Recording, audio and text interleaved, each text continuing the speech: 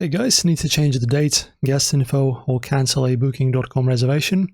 Well, in this quick guide, we'll tell you exactly how to modify your booking without hassle.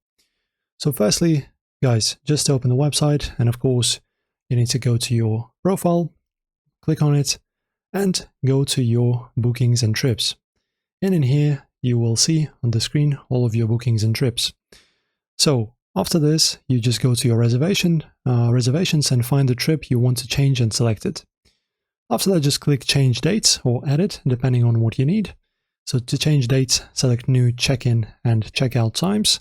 To edit guest names or special requests, go to edit guest info. To change room types, you may need to cancel and rebook.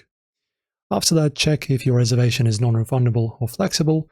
Not all bookings can be changed. If it's non-modifiable, you'll see a message saying so. Once you've made your change, hit confirm and you'll get a new confirmation email shortly. If you're stuck, scroll down and tap need help to chat with booking.com support. And that's how to make changes easily on your booking.com reservation. Like this video if it helped, and subscribe for more travel tech tips and updates.